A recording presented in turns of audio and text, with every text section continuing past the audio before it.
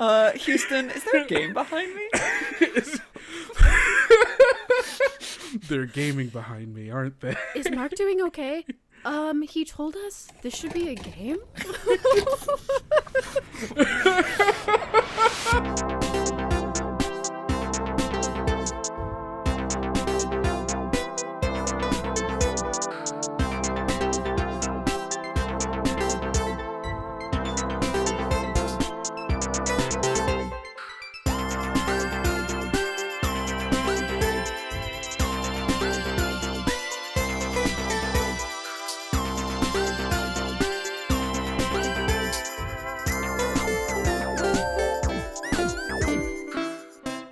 Welcome to This Should Be a Game, a podcast about adaptive media and filtering 90% of your life experiences through tabletop role-playing games. I'm Satah. I use they, them pronouns. You can find me on Bluesky at posatachips.gaygothvibes.online. You can check out my website at gaygothvibes.online. This is, I believe, our final press conference of this mission. My co-host Jess will unfortunately be retiring after this episode because she technically enabled a mutiny. Jess, where can people find you? I'm asking for no reason, not because people are on their way. I am completely trusting and believe that you would never do anything to hurt me in this way, and so you can find me at jessfrom.online and jumpgategames.itch.io, or pretty much anywhere you see Jess from Online or Jumpgate Games, and I'm impervious and invulnerable. That's a good quality. Those are good qualities to have, I think, generally. Yes, useful. Especially in space. Especially in space, which, speaking of, Kendo, you are currently, I know, stripping your shuttle down to make it as aerodynamic as possible because you are technically utilizing it for slightly different reasons than the mission parameters. Where can people check your trajectory as you're heading off in that?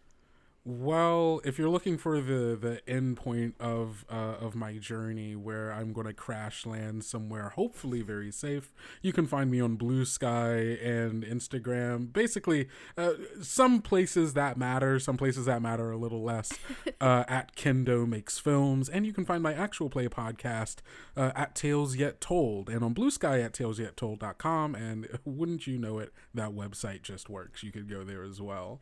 Beautiful. All right. This is the third episode of our series where we're using the 2015 movie The Martian to build a tabletop role-playing game. Kendo, what were your sort of like biggest impressions of this movie, or what was your takeaway from this cinematic experience? Can I curse on this podcast? Absolutely. Oh, yes. This movie fucks. And it fucks hard. Harder than I was imagining it would. Not that there was no... I went into this movie with the only understanding that Matt Damon is stuck on Mars. And he has to get off of Mars. He has to survive long enough for him to get off of Mars. That's the only thing I knew about this movie. And so when the camera cuts to Earth, and then there's politics... That's when I said, "Oh, this movie, okay." Yes, I love totally. this. I love this. I love the inner like workings of NASA and like them having to balance like, do we save this guy? What about public opinion? What about our budget? Oh no, the ship blew up. We have to work with the Chinese space program.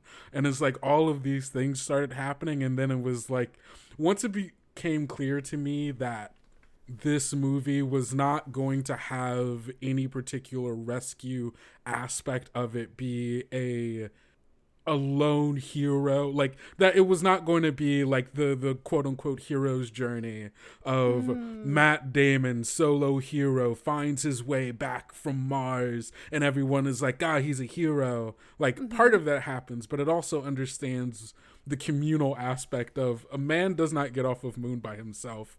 Yes.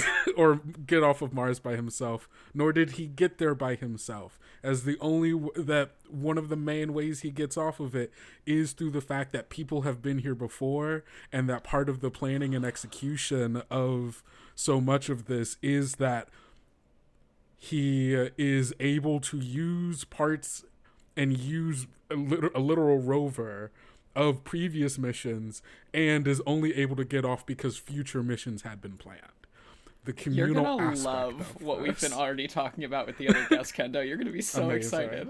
I'm so excited. Both that is such a beautiful way to pitch the human elements of this movie. And also, yes, I was having little like villain tapping my fingers together hands where I was like, Kendo, did you know we've been making a game that is related to some of the things? So that's so exciting. I'm so happy that those were that's sort of your like high level sum up of the movie. That's great. Yeah. I was very happily surprised by the directions the movie ended up taking in that aspect. By far my favorite parts. The like communal stuff, everything to do with like communication and like the connections we have to each other and navigating that. Right. Definitely the most powerful parts for me. So good. So in the past couple episodes with Caleb and Dusty, the general framework that we've developed is it's a very faction-based game. There's sort of your three factions of, you know, you have your technical experts, sort of the rocket. I'm never going to remember the JPL. JPL. Jet Propulsion. You have your sort of like command center, the NASA administrative types, and you have your crew that is in space. There is the abandoned astronaut, the Martian. That is not a player character. This is a game that is sort of like GM-less, very focused on every player has a player character in each faction, and you're sort of portraying them at different times. The flow of play is like interfactional meetings where you're playing your faction character, then sending those faction characters out to talk to each other and having plans in these other like more mixed group meetings, and you are reacting to events that are occurring on Mars or wherever that are like, ooh, there was a weather event, something exploded, and that stuff is being communicated to you and you're trying to fix these problems. A lot of the stuff we've talked about, the basic structure is about bargaining with time, because this movie does a lot of like, we have 10 days. Well, it'll take me 12 days to do it. Can you make it 8? And that kind of thing.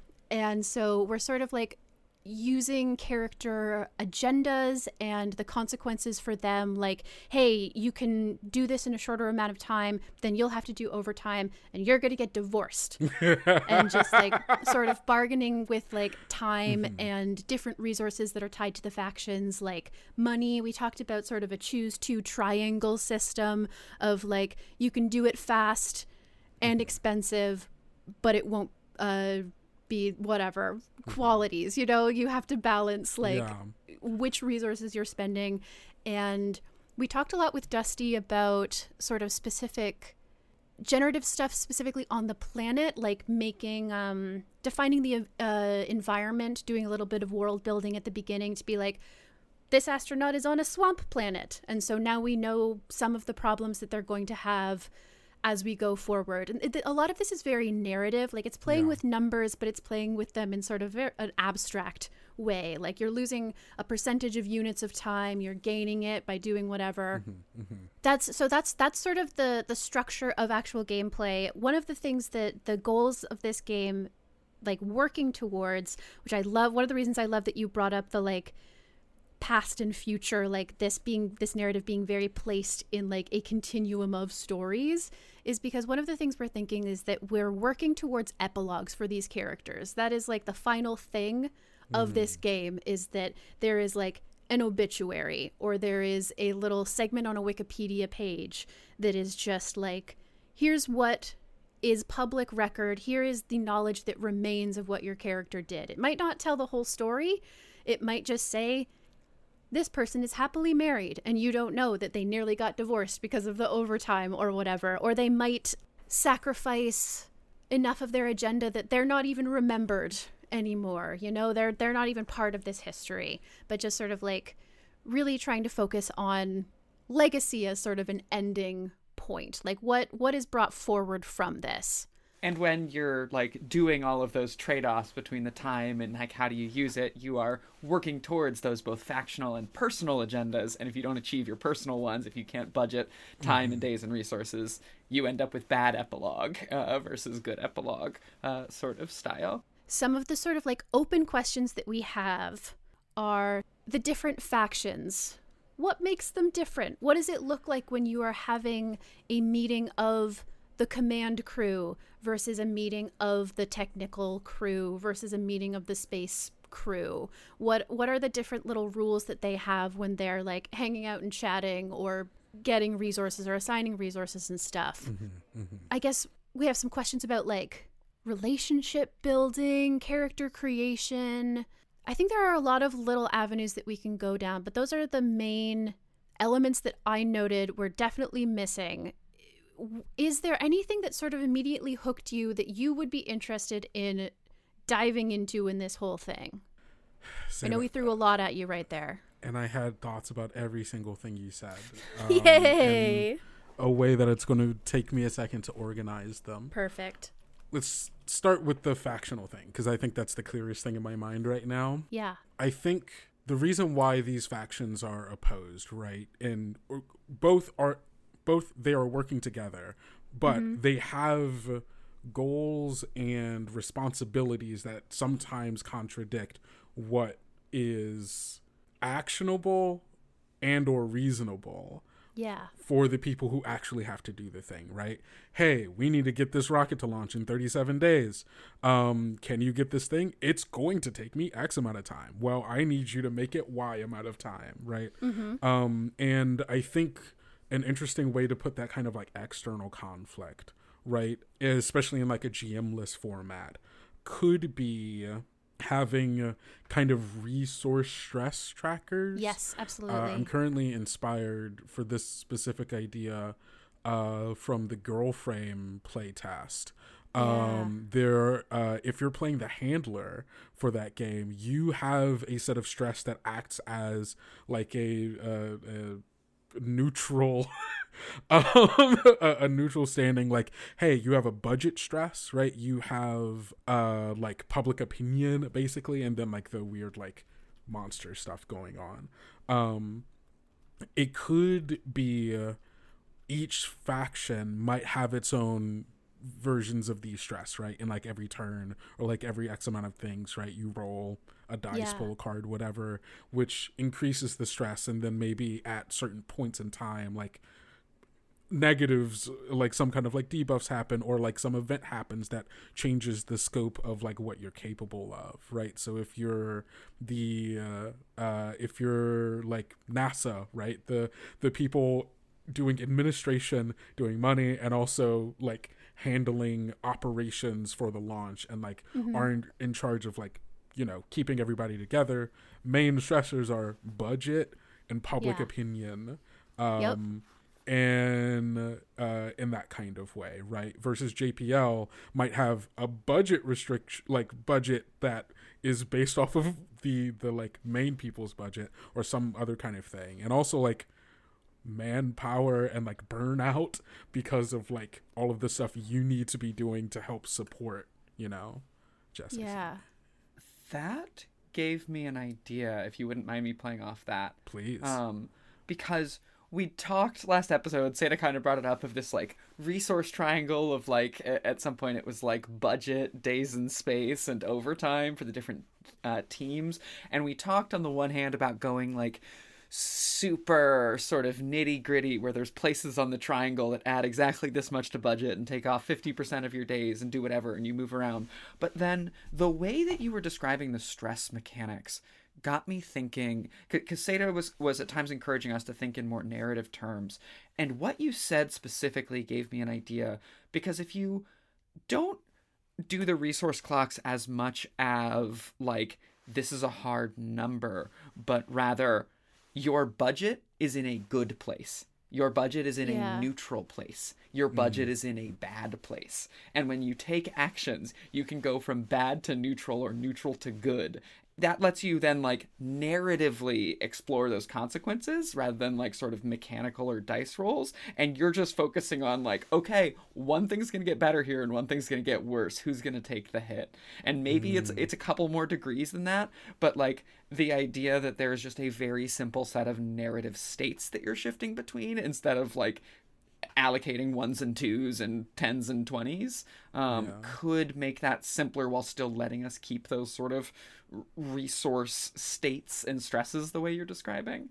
Yeah, almost as if you had like a slider, basically, where like, starts off at like neutral, good, somewhere on there, you take an action, it moves up and down the slider towards either great budget, you can't do anything, no more money, and right? then you can't, like, if it's at the bad state, you can't draw upon it again to do a thing. Like, you can always like go down to like solve a problem or whatever, but if it's already in bad, it's like, can't get any worse than this. Yes. And then when you end the game, where you leave these sort of stress trackers then determines sort of how the epilogue goes for your agendas. 2 thoughts. First thought, I think would be interesting. Now, this one kind of pulling from the Corrupted by Navarre, where also has a stress tracker for each character, but when it hits a certain number, that character gets a condition that has like an immediate resolution of like something bad has happened, right? Or like something is about to change, you have to take a certain kind of action, and then you can go up and down the stress again, but when you hit that number again, a thing happens. And so for the resource sliders, if at certain junctions of like between bad, neutral to good, if you hit like, if you're getting towards the bad area, right, let's say especially for your budget, it's like you have to cut someone. Yeah, there's one character amongst, and you obviously can't do for them for the people in space, so it has to be someone admin or someone JPL that you have to either like, they can't be a part of this right now until you get the budget to bring them back on. Yeah. Or like things of that nature. I know I'm kind of focused on budget right now, but it's an easy like button to push, especially since they do talk about it. They talk about so much. Yeah. a lot of numbers in this movie. Yeah. Playing off of that, if we had like a 3-state, like bad, neutral, good, when you hit bad, it could, at like the end of like a cycle or like turn cycle, or because we've talked about the idea of cycles where it's like each different group meets and then you have a group meeting all with one from each and then sort of a next cycle. It always resets to neutral, but you take on a bad story element because of it. So like if you end a cycle with budget bad, you have to take foreign investment. If you take on a cycle with, you end with overwork bad or like overtime bad, someone gets a divorce, and that just sort of gets tacked on as like a story element of a running summary of the consequences that you're invoking that don't have a long-term mechanical effect. You always go back to this. What that allows us to do as like designers is it means every cycle starts at a mechanically neutral state, which means we don't have to design for the cases of what happens if you get to the 4th cycle and you're bad on everything and you have no resources to play with. When every cycle starts back in a neutral, and then, but still having it be satisfying that you end up in bad because it tells us something about the story. Yeah, I'm so glad that you brought up conditions just generally as a thing. Like, really leaning into applying tags in this makes so much sense to me. Exactly. And one of the things I like about the idea of you always start at neutral, even if you ended at bad, is that something I think we touched on very briefly in like an early episode was like the mission does take priority. Like we are going to get this person back. And so having that be a built-in narrative weight, basically, that is like, look, you're going to keep trying. You are going to keep trying. You're going to tear yourself apart to do it, maybe. But like, yeah, and just continuing to take these conditions and then paying those off to be like, divorced, moving into the private sector, had to take a corporate sponsorship. Like, yeah.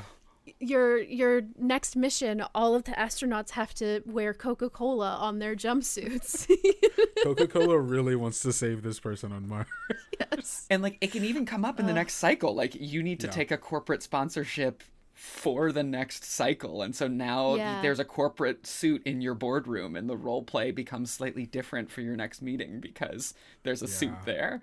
That's really interesting. I love that as like a balancing, like a bargaining, continuing to sort of like talk about there's like, you're pulling on all of these elements and trying to make the best balance that you can. And so like maybe one of the things you could do in a turn is you can say like, okay, well, we're going to do this thing that technically isn't the most efficient thing for the plan for the actual mission, but it means we'll save enough money that we can buy out our contract from Coca-Cola and we don't have to do that anymore, you know? But it's, and leaving that really up to the table of like, hey, do you want to get out of this clean? Do you want to like start making these sort of compromises so that you at the end have a less complicated thing that you're leaving for the next mission? Or do you want to make a huge mess? Yeah. I think that's really fun. Absolutely. One of the potential sliders, I think, thinking about the people in space, I think would be their, what is the right word? Basically their relationship to command, right? Like a mutiny slider, basically, of like how many times do you, like the more things you do that the admin tells you to do, you know, the higher that goes for you. And so maybe you can get away with more things later. Or you can be like, no, we're turning comms off really quick. Let's have a quick convo about this and then tell them what we decide. Like those moments, I think, could be really interesting as well. I love that. I'm just remembering that in the last episode, I flagged like one of the things I would love to talk about is what the space crew turns look like other than just cool fun hanging out in space roleplay. Love that you're doing excited fingers. What you got? I was trying to think of a resolution mechanic for like things that you need to be doing, and a system that I think would be interesting is one similar to the one for Citizen Sleeper, or the video game specifically. I don't know how the TTRPG works, but where you will have like, let's say, you know, you have a project that you're working on that you're like, okay, we need to set up XYZ so that we can communicate, you know, something to someone, right? Yeah. We can decide what like the difficulty of that between like easy, medium, and hard, right? And let's say we say, okay, this thing is medium. You roll 2d8, one die rolls on a 3, one die rolls on a 7. These are now the target numbers that you need to be able to successfully complete this. And if each character has like a skill, or like maybe like just like, I don't know if it should be broken down by like different kinds of skills, or just like a general like, this is how many dice I can roll. But you have a pool of dice that you roll for, let's say, for each cycle, and then you have to match numbers to things in order to complete them. And of course, as people, like as a crew, you can use dice from multiple people to work on the same project to get it done, right? So if I rolled like a 1, a 7, and a 6, and you rolled a 3, a 2, and a 4, right? Your 3, my 7, bam, we can, I don't remember the original numbers I said, assuming that they were right, but we can knock out that project together, right? And maybe even JPL also has their own dice that they can roll, and they can give that to the crew, but they have to go through NASA basically in order to do that. And maybe there's reasons why NASA will allow and maybe sometimes not allow based on budget, man hours, so on and so forth.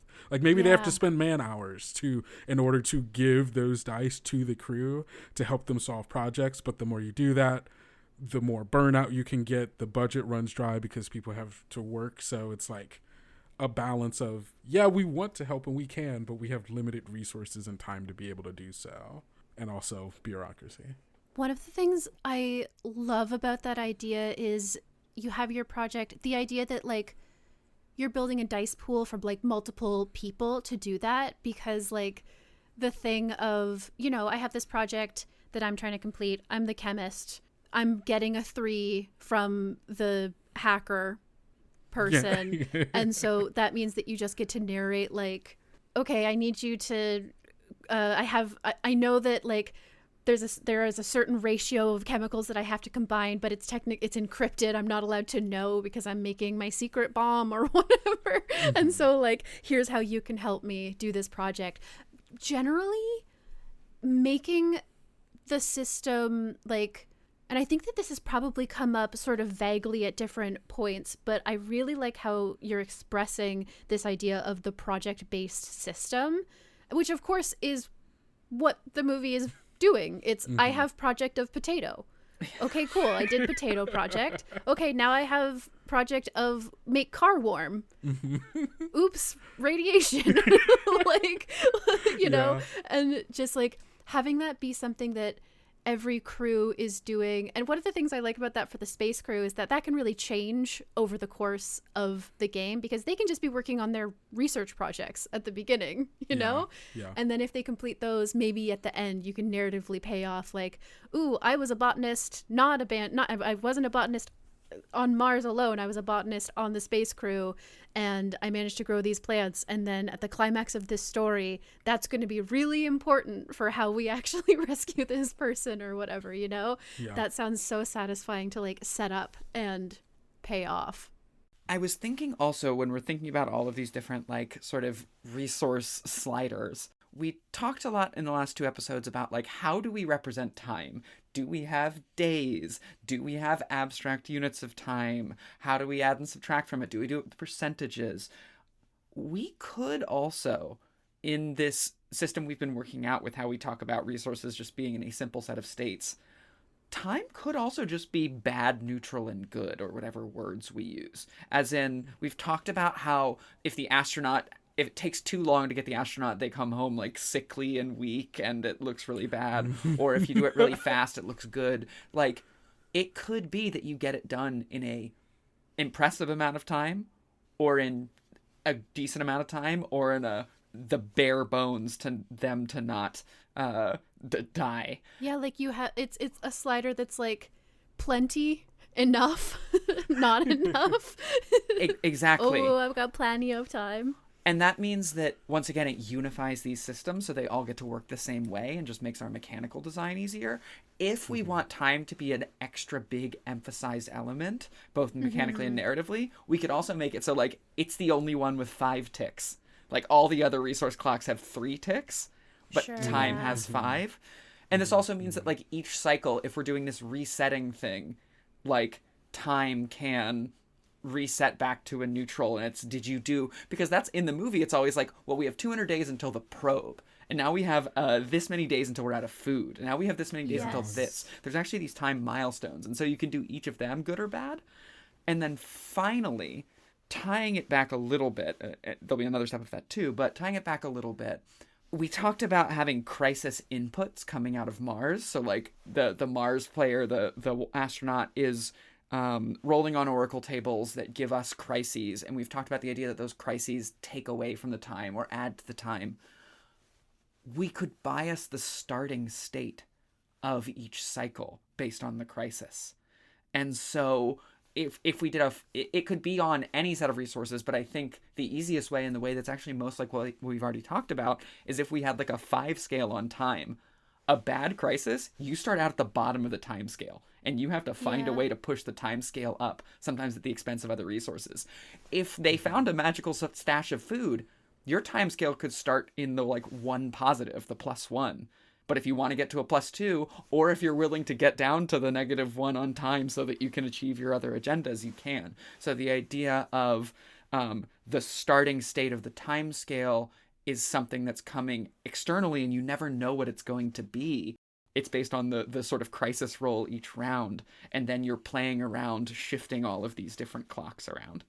And the other thing I like, to bring it all the way back to where we were, and I know this gives us a lot to talk about, is that like, if we're using these project dice like Kendo was describing that I really love, and everyone's doing their project and stuff like that, it could be that you can subtract yourself on these scales in order to change dice rolls. Yeah. And that's like, you hope you can do it with just your dice rolls, but you're probably going to have to accept some of your scales moving around. And if you have extra dice, maybe that's what lets you go positive on a scale for a cycle, is like, look at this, we got dice left over. We can go positive, or we need 7s to succeed on this. Did we get 3 7s instead of 2? Great, we can plus one of our scales. And then like, if you're a different team, you can maybe give some of your resources across, but it's more expensive to send it from one team to the other. You have to like spend an extra resource to give that die across teams, and you get to the reconciliation phase, like the cross meeting, and everyone has succeeded and failed on their various projects, and that's when it's like, okay, we have a bunch of consequences because of who succeeded and who failed. Where are we doling these out? If we failed on stuff, someone's got to take the hit on our list of sliders. Who's taking... Hey, it's your fault. You're the one who didn't do the project. You should take the hit. And it's like, listen, I only had to do the project because you didn't send up supplies, blah, blah, blah. Exactly. And so we get to, like, have all of these different projects that different groups have or haven't succeeded at. And then it's like, well, where do we take the hits? Yeah, I like that. I throw a lot at you there, so feel free to take your time. But I just was so excited because I felt like it brings... The things you were saying bring together a lot of ideas from different episodes. One of the things I want to note explicitly is that I would love if the return to neutral went both ways. So if you end a turn at good, you can take a positive condition, a positive tag, and you still return to neutral. Yes, absolutely. And possibly that means that's one of the ways that you can start canceling out some of the bad stuff and that kind of thing. Oh, I love that. If you end on a good, you can undo an existing negative condition, or you can maybe add a good thing that comes in at the end or something. Yeah. And it can also act as a way of, if you do get a negative condition and you have a positive condition that could like negate it, it acts as a buffer. Oh, a buffer. Yes, if you already have a positive condition sitting there, you can be like, we're going to not take that negative. Yeah. I love that. It doesn't do anything mechanically. It doesn't let you... It's different than still being in the good position because you can't spend it as a die, but it is like a temporary hit point against a bad condition if you end up in the bad. And that makes our mechanical design easier because we don't have to worry about someone starting in a different state, but they still can use that. Oh, that's so good. That was so good, Kendo. Yeah. I think you could also... What you were saying about the, the different states of the astronaut once we do bring them home, right? Mm-hmm. It might be interesting if this astronaut has their own set of resources that are primarily affected by whatever random events, right? So if we know, or maybe our own projects, right? If they have a health, food, and shelter, right, stressor that can be affected by, we pulled, from the Oracle deck and it said, this happened, health and, all of them went down because storm came through and thing blew up, right? Yeah. Or, they figured out a thing by themselves, right? And so now, okay, they're healthier, good, we don't have to worry so much. I feel like the health one is okay, we're getting that's the one of are they coming back healthy or are they coming back not great, while the shelter one can ultimately eventually affect the health and is, I guess, a bit of an armor, I guess, against it.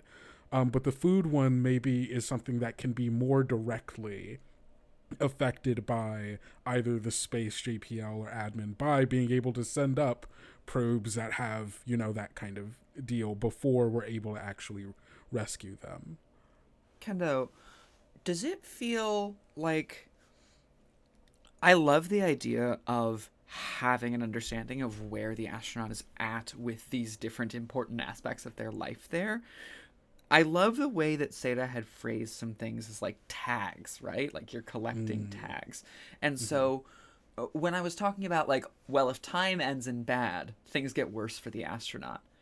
Would it be similar to you if the astronaut was collecting tags malnourished or broken ribs? Exactly. Right. And so we not maintaining as much game state numerically, but still capturing the narrative element of what you're saying there by whenever you do bad by the astronaut, which is usually time, it adds some sort of like narrative tag of in what way are they in a bad state. And then your future projects are probably going to narratively say like, well, we know they're malnourished, and so we need to make sure that we're doing this project that gets them fed. Or does that feel like it doesn't give you the same satisfaction that you're looking for in that? No, I think it does, especially that last part about part of the like whatever tags, especially the negative tags that the astronaut might have, might be motivating factors for the projects that we do. Yes. Yeah. Absolutely. Feels very Quiet Year in that way of Definitely. oh, we know that we have this resource lack, right? Do a project about that, which is maybe similar to some of the projects that, you know, the other factions might be doing on their own behalf, while they're also trying to balance, okay, we need to be helping the astronaut and their stuff, because ultimately all of this is for them.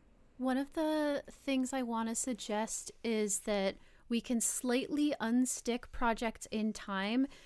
Probably that means they have to be harder. Like, you can set a very hard project that is, I hid some potato chips. I hid some potato chips on Mars, you know? And so you can have, and that's probably specifically space crew stuff, you know? Like, you can have a hard project that is, there are these, I hid this stash of chips. If we can solve this project, we can get the Martian a couple more days of food or something, you know? Very much playing off of those tags and just having that as like tying that into the like flexibility of tags being applied and then sort of like fought against or whatever, you know? Like, that feels like a fun possible way to do that. There's something that you said there that I think really, that I kind of had like this aha moment of the ring of relationship influence that these factions have, right? Because while all of them are connected, they have very specific relationships to each of the other factions, right? Yes. I'll just call them the Martian. The Martian and the space crew have direct, like, interpersonal relationships, and the things that they are doing, like, are ultimately, like, Martian trying to get back to space crew trying to help them. The space crew also has direct relationship with NASA. While they do interact with JPL, they don't really. They Not mostly directly, they take orders and are interacting with NASA. NASA telling them things, mostly interacting with JPL as far as like, hey, here's what we heard from them. Here are the things that you need to be doing. And then JPL specifically interacting with the Martian as like direct communication through the rovers of, hey, on the ground stuff, we're here to help you do that. And so there's like this kind of ring that happens of who can help and who can directly affect who. I am so glad that you laid that out in that way, because as soon as you were talking about it, I realized that I had naturally been I'd been sorting them into like further from the ground, closer to the ground. Like, I was like Martian, space crew, technical crew, NASA.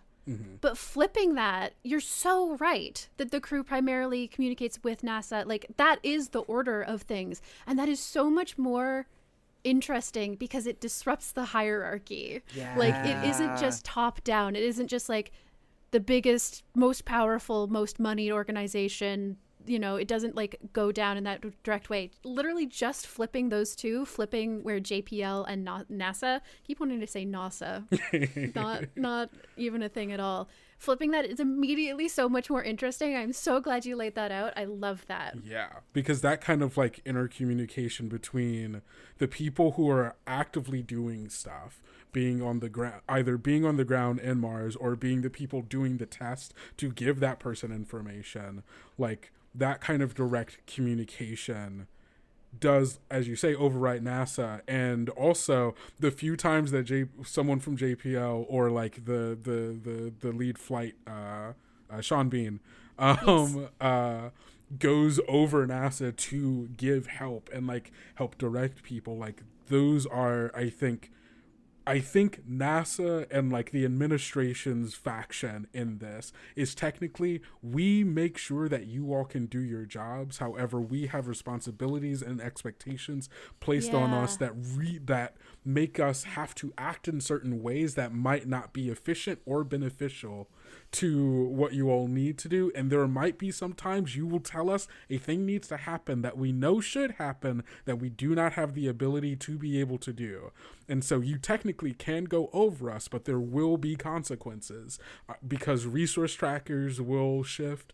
Like our budget goes down, public opinion might go up because it's seen as if we're helping. But if our budget goes down and we can't actually do anything, then everyone's fucked anyway. And so they have incentive to have what are technically antisocial behaviors in order to try to make sure that this whole thing can happen in the first place. God, Dusty said, like, offhand, I don't even remember, we might have been finished recording by this point, but Dusty said, like, I'm so glad that you have Kendo next because Kendo's just going to come in and like have the thoughts about the relationships. Like as soon as you were like excited about factions and then you're like, I have a thought about the relationships. I was like, holy shit. Dusty, you're a prophet. Yeah. Oh, that's incredible. I am so excited right now. That's so good. I'm happy for that. Yeah, I feel like having those resource trackers for each faction gives them both motivation and restriction over what they can do and when, and having some of those trackers be tied to what other factions are doing.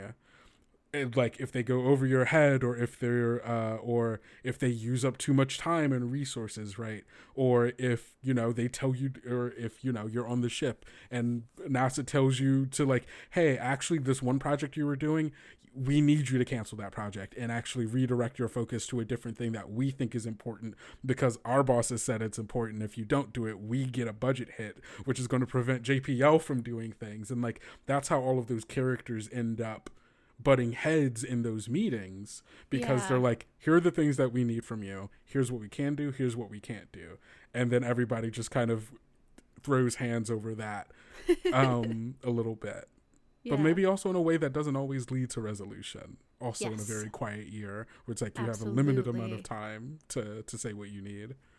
Something I wanted to go back to with you talking about quiet year scarcities, because I think it was a great example, is like a nice thing about scarcities is that they are a binary on-off that don't actually have a mechanical impact to my recollection. They are purely narrative. Go ahead. In the quiet year, what's a mechanic? You know what I mean? Yeah. Completely agree. And I'm saying this like in a praiseworthy way, in a way that's exactly what I want to actually draw out of this for us, which is to say like, when you take on those bad tags, your reason to get rid of them isn't to change a dice penalty or bonus or whatever. You want to get rid of the bad tags because you want the scarcity to go away, which is the only motivation you need in quiet year. And I think the only motivation you really need here. And it keeps just it really keeps our mechanical design simple in a way I think that perfectly befits the sort of like narratives that we're building. And so our very simple, you're in a bad, a neutral, or a good state and you're trying to prevent these negative tags or like erase them is just like, I just want to draw attention to the way that the quiet year does a lot with a little, with just you have a tag or you don't, and it doesn't need to like super affect the numbers. Before you sort of like continue with that, I want to raise a question. When we're talking about a lot of stuff that is resetting to neutral, sort of like between rounds or between sessions or whatever this takes, I don't know how much, like, I don't know yet how I feel about this, and so I want to hear what you do. The idea that there is essentially a interfactional relationship tracker that does not reset, that is consistent, and that there's maybe like some small mechanical things. Like, let's say if the space crew has a really good relationship with NASA, they can each re-roll a project die, once per round or whatever. But if their relationship with NASA has gotten bad, which I think we define narratively. You know, we say, like, has NASA consistently been telling you to do stuff that you hate and that you think sucks? How's your relationship with NASA right now? Is it good? Because it seems like it's not good. And so maybe you don't get to reroll that dice. And, like, one of the things I like about this idea is, like, adding more tension to that interfactional stuff. I don't know if it's necessary, is the thing. Like, I think there might be enough without it, or there might be a more interesting way to represent that. It's possible that it doesn't need that sort of, like, that specific dicey tension at all. What do you think? So this actually ties into the other thing I was about to say, which was, Kendo, when you were talking about, like, whose projects happen and whose don't, like we need you to stop that and do this instead, or we can't put resources to that right now. We talked in the first episode about these reconciliation meetings where you have one from each faction, or one or more from each faction. And I was saying earlier that that's where you decide, like, what resources take the hit, what trackers take the hit. Do you take the overtime hit? Do you take the blank hit? But I'm realizing there's also an opportunity for it to be, like, everyone does their individual phase and does the best they can do as their individual groups to accomplish their projects. But some of those projects will end that phase unfinished. And then you go into the reconciliation, and maybe during those individual phases, you can't get help from outside of it. We've talked about communication restrictions in previous episodes. Like, while you're doing Spaceship Cruise phase, nobody can help you. You go to the reconciliation meeting, and now it's like, okay, this is the phase where we can use our remaining resources and can give them to each other. But that might also just mean some of these don't happen. Like, it's like, here are the 3 projects that are still outstanding. We don't really have the resources for everyone to get what they want. Or even, we're not, and this is where I want to get back to the relational aspects, because if this is a structure that sounds compelling to all of you, I feel like this is where we could sort of centralize some of those relational mechanics, or have them just be social. And that's the question I'm going to flip back on you, is that if we're having this conversation where we may now pool resources and we have to make choices about whose stuff happens and whose stuff doesn't, it could be that these relationships are purely expressed socially in terms of, like, I'm holding a grudge because you didn't fund my project last time. Like, absolutely. What, you think I'm going to do overtime for you? No, that's not how my character feels. Sorry, go ahead. Yes, exactly. Or we add a mechanic, like a contempt token, or that structures that conversation in the way that Seda is talking about in an ongoing way. So in that conversation, maybe you may only pool the resource if you have a good relationship with that person. If you have a bad relationship, you can't or won't. That you're like, if you choose not to help with someone's project because you don't want your resource tracker, you don't want your PR tracker to go to bad, it's like, okay, well, now in future rounds, they can't give you one of their resources unless you improve your relationship first or something. So centralizing to that conversation in that moment, how that works is one idea. But then also, if that's an idea that excites you all, do we feel that that's something that would be better served by being mechanical or just purely social and relational? I think it can be both. So I think going back to, like, the kind of, like, ring of, like, communication, at least as it's presented in The Martian, right? I like the idea of first of all, I love the idea of a limitation of sharing of, like, die and, like, thus, like, effort and resources between all of the groups, especially because of potential restrictions from due to communication issues, right? I think that it might be interesting if only certain factions can help certain factions, or And in a way where that means sometimes you have to give your dice to the person you can actually communicate, and then it's up to them to give that dice to the person you intended to go to. With NASA kind of being the like midpoint here, right? Of there's a point where each of the different factions individually are in communication with NASA, and NASA being the person doing that, right? So if you had a scenario where it's like, okay, the people in the people in the space station working on their project, they only have so many dice. Not all of them are finished, you know.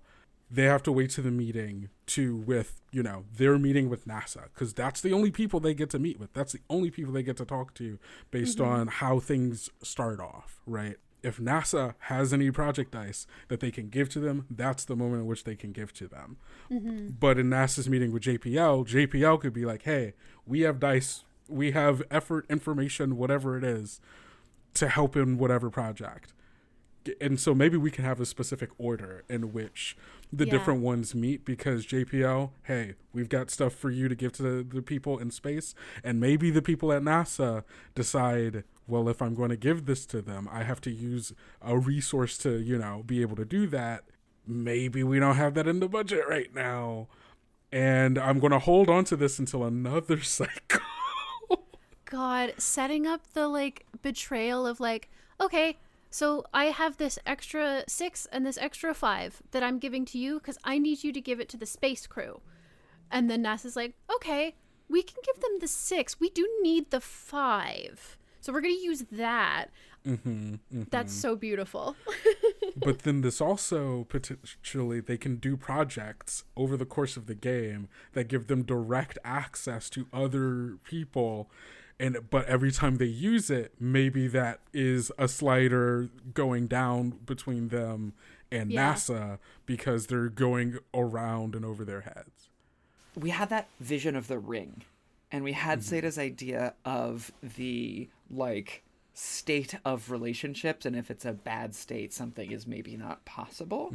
Something that could be really simple and do all of this at once. You've got your ring, and if at some point a relationship sours, a sort of binary state, you can't pass a resource along that part of the ring anymore.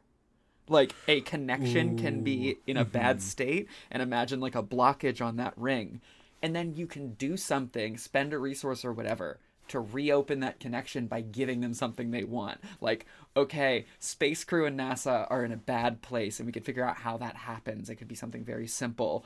So NASA's like, okay, space crew, we were going to court-martial you, but now you're allowed to keep going. Like, or maybe like you can alleviate their negative condition by taking a bad on your resource. Like, there's some action you can take to reopen that communication, but until you do, because you left this in a bad place, nothing passes along that line. And because we've got a circle, it's really compelling, because it means that any one blockage does cut off a point on that circle. It can't, resources cannot make the full circuit until someone fixes their relationship, and that's super interesting to me.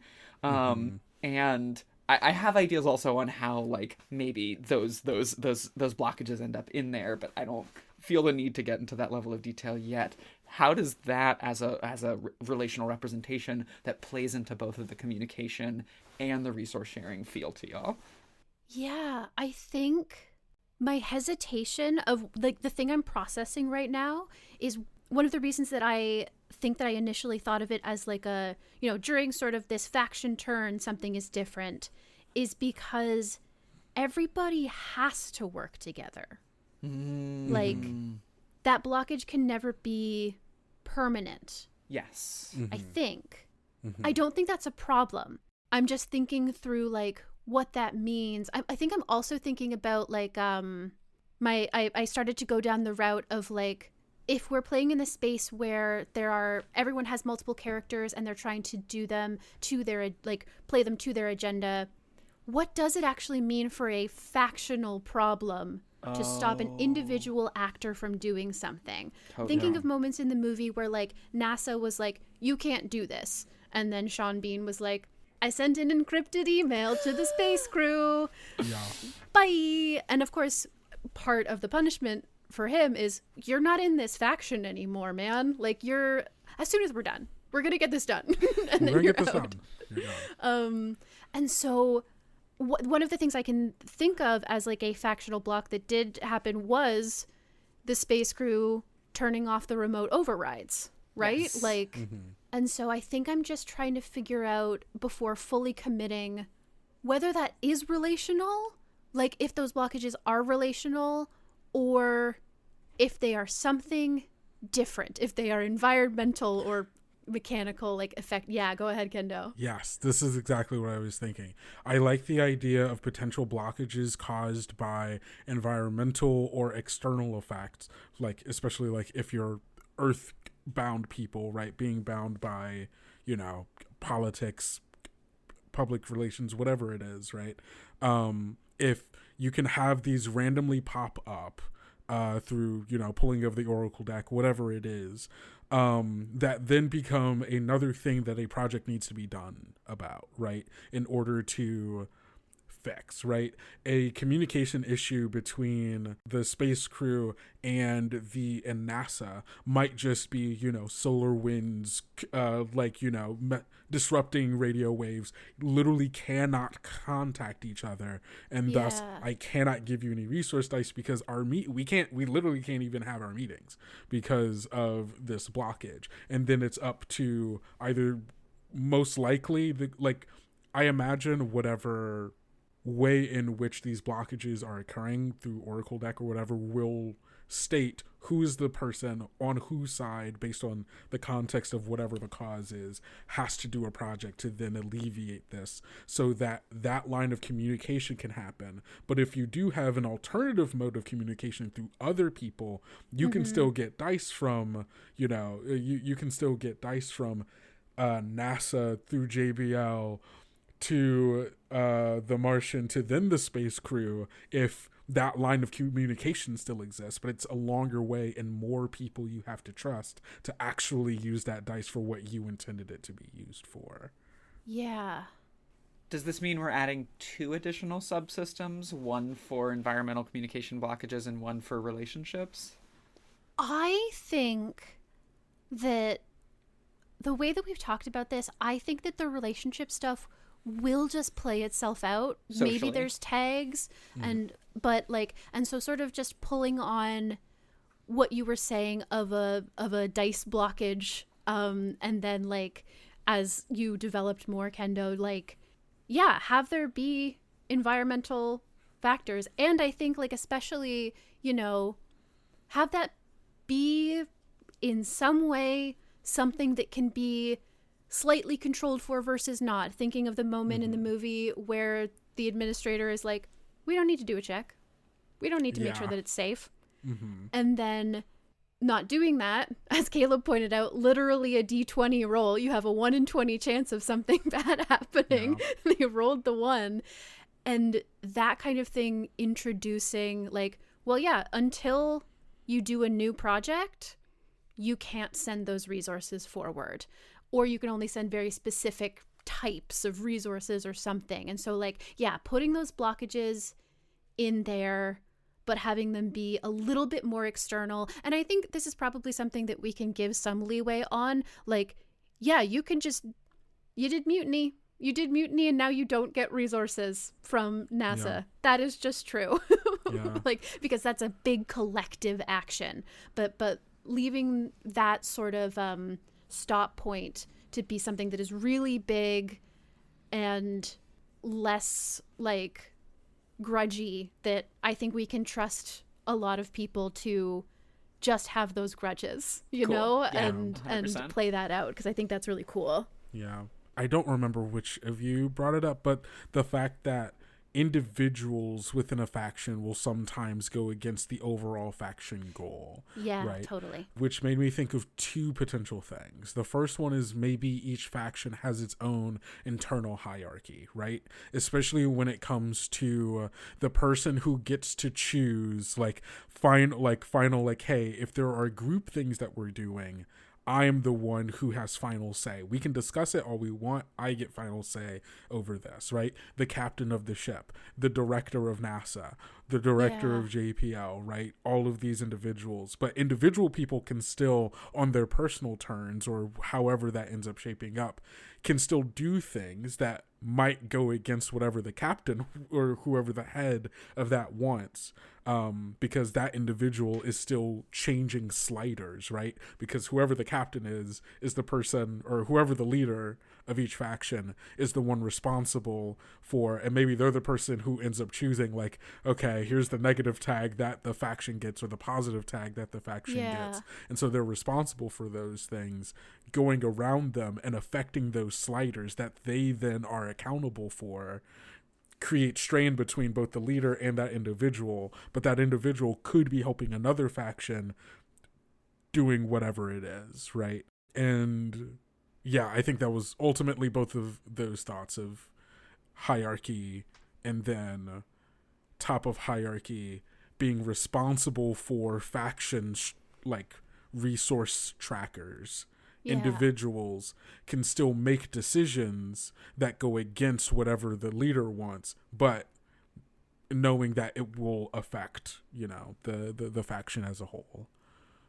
And like slightly different hierarchies in different factions, right? Like NASA probably pretty straight up and down because only one person has access to the news to shift the PR, you know? Ooh, but interesting. Yeah. Having different roles in factions. Yeah. Because I love like being able to deciding which representative you're sending to a meeting, really changing potentially the outcome of something. And the reason I'm thinking slightly different hierarchies is because I'm thinking of JPL, if they're not literally JPL, if they are sort of like slightly more abstract group of technical experts, we could be like, well, this meeting, the big project we had was repositioning a satellite, so we're sending our satellite expert. And then the satellite expert shows up and is like, so the rocket telemetry guy really wanted me to present this project in this way, but I think it'll be more beneficial if I put it in this way. And so I'm going to do that, and then we'll just deal with that at our next meeting. Having that sort of built in slightly differently and slightly in different factions so that those tensions play out differently on those faction turns is so fun. And like, I like the idea of like, having it's the same game, but like letting each faction feel like you're playing a slightly different game with like similar trappings. I think it's just a really fun way to sort of show like, here's the different positions that they're in. Yeah. Because I know at the very start of this, you all said that the kind of idea was that everyone would make characters in each faction, and then thus have like a little bit of a kind of control of that. Recently I was reading This Is Why We Fight?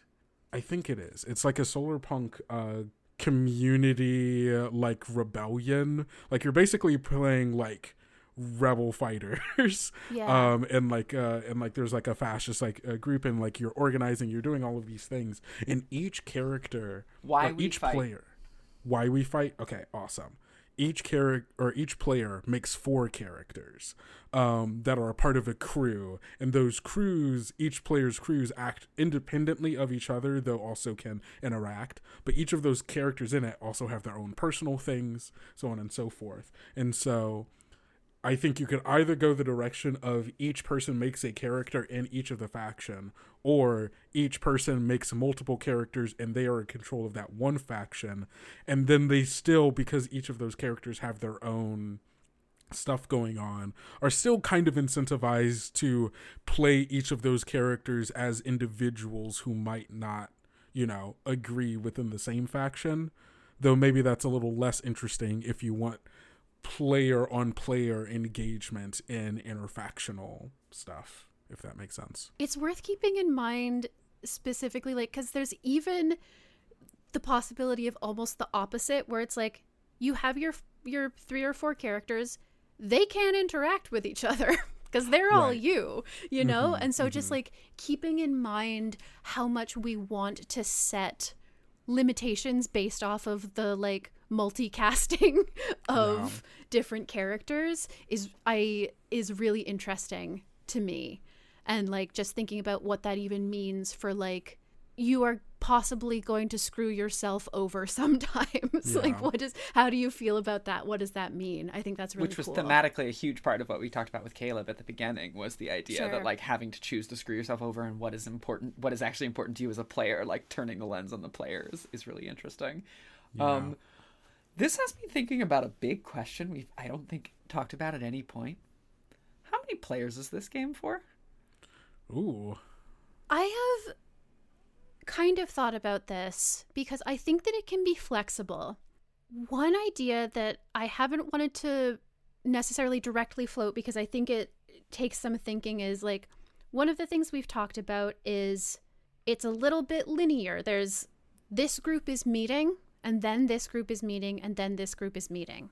And then we're having sort of a group conversation or whatever, or in this new iteration, there's a little bit more of a still linear, maybe occasional breaks for like, okay, we have a special circumstance, so you two can talk to each other now. Mm-hmm. There is another version of this where this game is for enough players that you can always have at least 2 people in a faction at a given time. In the individual meeting rounds, you are separating the table. 2 people are doing the technician meeting right now. 3 people are doing the admin meeting. 2 people are doing a space crew meeting simultaneously. And then you're coming back and being like, here's the plan that we all just made at the same time. Which again, like I, especially in the first episode, kept bringing up a LARPy feeling, that feels very much like that to me. And it changes things quite a bit in a lot of ways that I don't know. It would be a big shift. What do you think, Kendo? I love the board game Diplomacy. And one of my favorite things is the people breaking off into rooms for meetings, right? Where each person is going to talk to people, they're going to plan out their thing, and then everyone writes in their orders, and it is revealed what each person is doing. And that's when you find out, did I just get betrayed or not? And it would be really interesting for if these meetings happen and you are all like, hey, I need project dice, so on and so forth. Okay, cool. I need to go talk to this person so I can give them this dice so that they can give you the dice that I want. And then you have a meeting being like, hey, you told me you're going to give me that dice. And it's like, okay, yeah, we'll see. But could you actually do this? Oh, I don't know, maybe. And then everyone gives, and I hope it doesn't end up too complex, but in a way of like, okay, cool, orders have been put in. This is what everyone has said they're going to do. And then the revealing of, oh man, did command just screw us over because they didn't actually send that thing? Or were they true to their word? Or did someone tell us that they didn't have the resources to do a thing? And then we see that they did it for a different project. It was like, oh, you did actually have that resource, but you were just prioritizing something completely different. It's potentially interesting if you wanted to go that more. It does become a little more cloak and dagger if that is the route. So I'm thinking about Jason Morningstar's Winterhorn LARP, which also has a workshop version. You're playing as 3-letter intelligence agencies spying on a left-wing organization, and there's a workshop version of it for teaching a left-wing agency to look at how the government would look at them. I'm also thinking about the Battlestar Galactica board game and the Den of Wolves mega game, which is just taking the board game mechanics and blowing them up into, instead of abstracted characters that you're stepping into, you are literally one of 80 and like doing the board game mechanics at a much, much larger level. What I actually love would be to just sort of back pocket, how does this game turn into like a mega game or a LARP?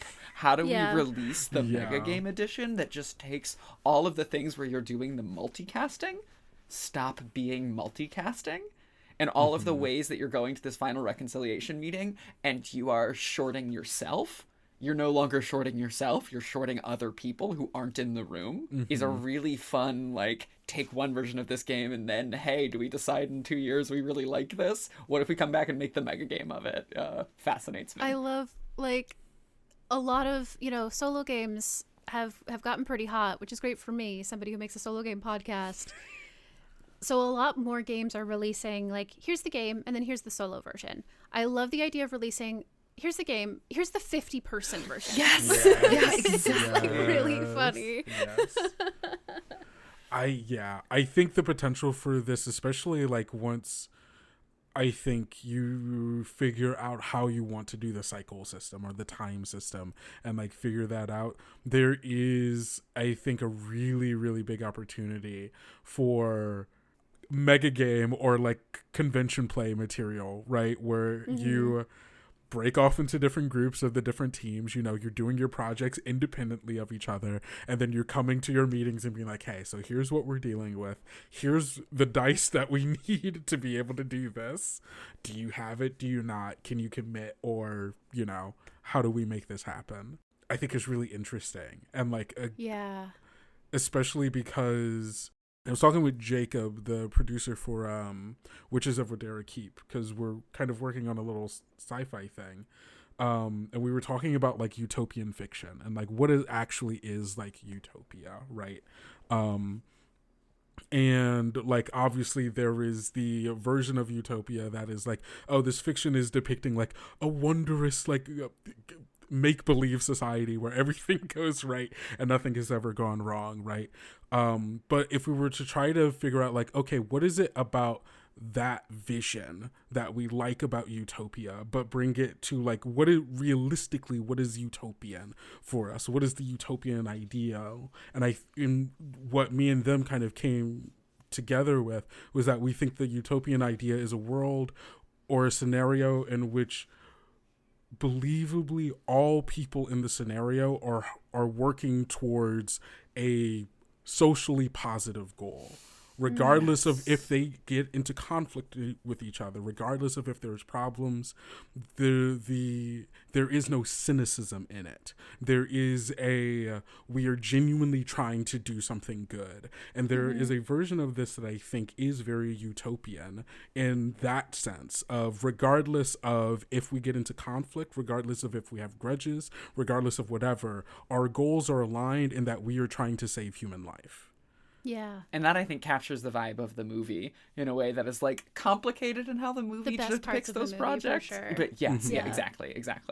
I love that. That is so great and such a, like, more interesting and more politically useful way of looking at a narrative that is about the mission is more important than your specific desires. Like, rather than it does a really good job of making it less of a like you have to sacrifice yourself for something and more of a like positive like you get to work with people to do something. Good things. That's you get to awesome. save a life.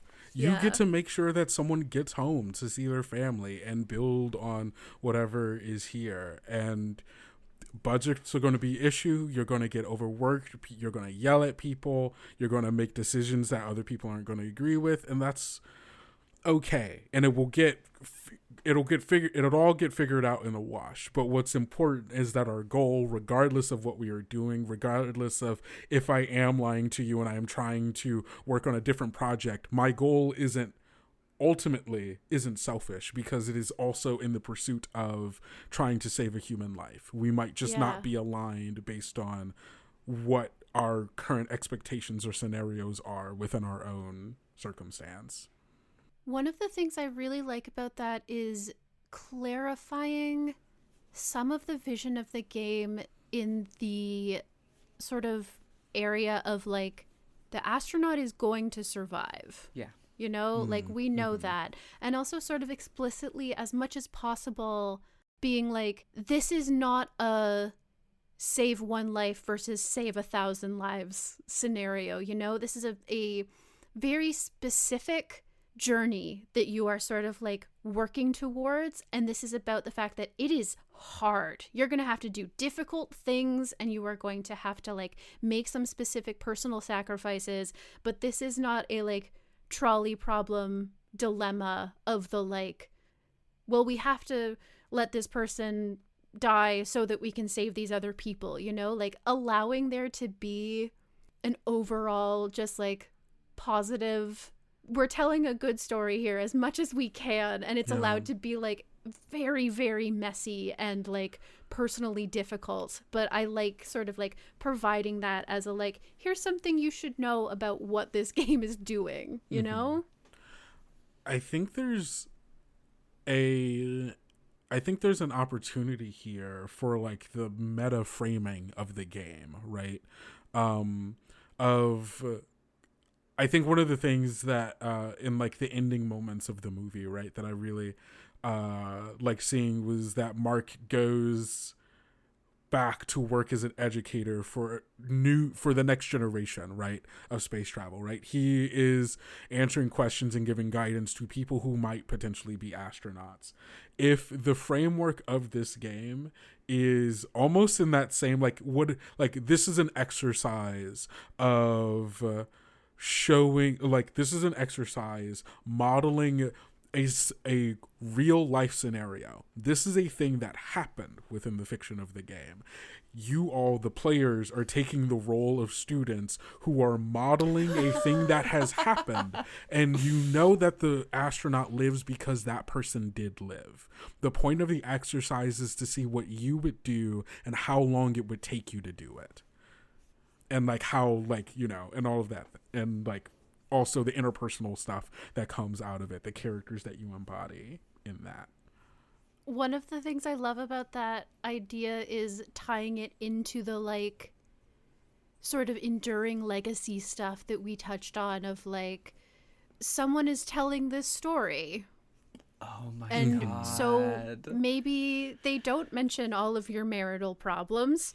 Maybe they just say, and it was great. And then the engineer got home to their wife, and, you know, now they have 2 beautiful kids who keep buying me ties with the moon on it. And I keep saying, kids, I don't need to think about the moon anymore. And all the students are like, ha, ha, ha, ha, ha. No. Oh my God. The output is the lesson. Is so. Yeah. That is a really interesting thing to sort of add into the mix for like, what even is the epilogue that is being worked towards. There's actually something kind of satisfying about it being the astronaut who has been voiceless up until this point in the game for the most part, just like, you know, Watney like teaching the like class at the end. If the game is from the written from the POV of like, hey, this is the class, this is my story, this is how I got home, and the characters that the people out. Oh my God. Yes, and like those can be the real people in the scenario that fictionally your characters are stepping into the role for. And so the end, like biographies or epitaphs or whatever you end up doing in the epilogue are like, you know, the research or whatever your, oh gosh, the layers that your fictional student is having to go through and learning, hey, this is what I want to do, right? These are the biographies of the people who came before me. Right? We're producing we are outputting the theoretical input of that lesson. Yes, exactly. Oh, that's so fun. That is such a fun way to think about that.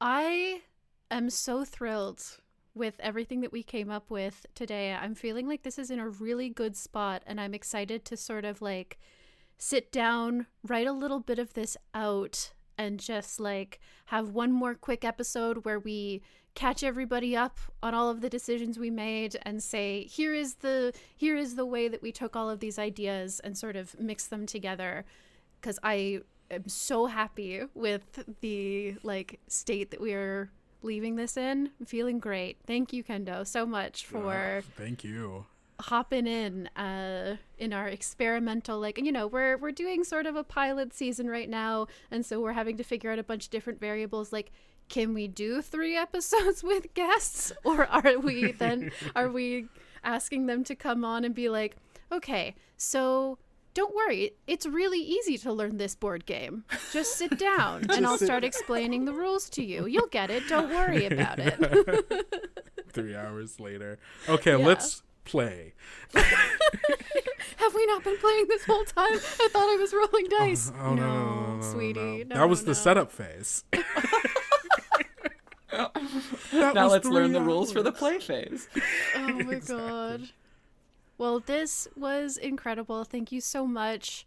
Do you have anything you want to sort of direct people towards? Generally, I guess I would point you. The main thing that I do, gang, is Tales Yet Told, an actual play podcast that tells stories at the intersection of queerness and horror using indie TTRPGs. But like that's like a indie TTRPG is like a marketing term. It's not super helpful. But we mostly play a lot of games that really help us get to real horrible scenarios and messing with really human emotion and the messiness entangled with having to live within various systems that pull you in various directions, many of which not good. I want to note that in my I'm catching up on the series right now, and I just hit the episodes where at the beginning you're like, hey, seriously? Check out the content warnings for this. I'm not kidding. Go this do the it. Spider ones? Yes, because I do that and a lot for the luckily, spider ones. I love spiders. Like this was Oh, the you're first gonna time. you're gonna love that. It's great. But it was the first time where you were like, "Hey, I know we always say there are content warnings. There are content warnings that are there for you to read. Please do that." And I was like, "Okay." And it was like, yucky. And I was like, yay! I've been having a great time. I'm so happy to hear that. Those episodes are made specifically for you. Yay! But yeah, you can find Tales Yet Told wherever you get your podcasts. It's called Tales Yet Told. We might be on break after Our Lives in the Wood has finished, which just means you can go back. You can watch Our Lives in the Wood. That's the most recent thing we're doing. It's an anthology horror series using each episode, or most of the episodes are a different game, different cast, all taking place within the same setting of Sublime County, where we've been telling a lot of stories right now, partially because I have a lot of feelings about America. And I love art and what it allows me to get off my chest. Absolutely. Jess, do you have anything you want to direct people towards? Yes. So this will probably be around the end of late pledging for the Galactic and Going Rogue crowdfunder. If you want to pick up those 2 Star Wars inspired space games.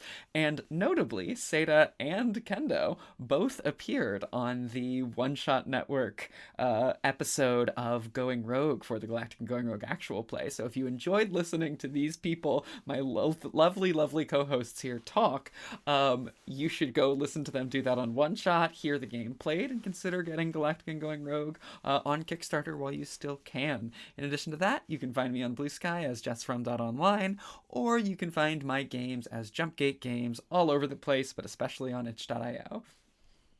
You can find me generally at gaygothvibes.online. I'm probably talking about whatever I've got going on right now on Bluesky at posetachips.gaygothvibes.online. You should head over to the Haunted Table Patreon. Sign up at Ghost tier or above, which is $3. You can get a preview of the House Edge, which is our fist and triangle agency crossover looter shooter roguelike card crawl that is incredible, that we've been doing a lot of work on. That's probably it. I think that's probably it. Hooray. Thank you so much again, Kendo, for coming on. This has been fantastic. I'm really excited about this game. And this, of course, has been This Should Be a Game, the podcast about the moment where you say, this should be a game. This should be a game. Hey, I think this should be a game, I think. This should be a game. No, this should be a game. This should be a game. Confirmed. Confirmed. Mission, Houston. Houston, we have a game. This should be a game. Houston, this should be a game. Follow the show on Bluesky at thisshouldbeaga.me and join our Discord at discord.thisshouldbeaga.me to talk games with us. Support the show financially on Patreon to vote for the genres and movies we cover, send in audio messages for mechanical mailbag episodes, and read the notes we take while watching stuff for the show. Thank you to Cris Viana for the logo and Nicky Flowers for the theme song. Both of them are linked in the show notes, as well as any games we referenced in our discussions. This is your opportunity to go and grab some snacks from the vendors and join us next week for the hosts only episode 4. You had... Hold on, give me 1 second. This is awesome. Oh my god, this is incredible. Kendo is knocking it out of the fucking park. Holy shit. This is so fucking good.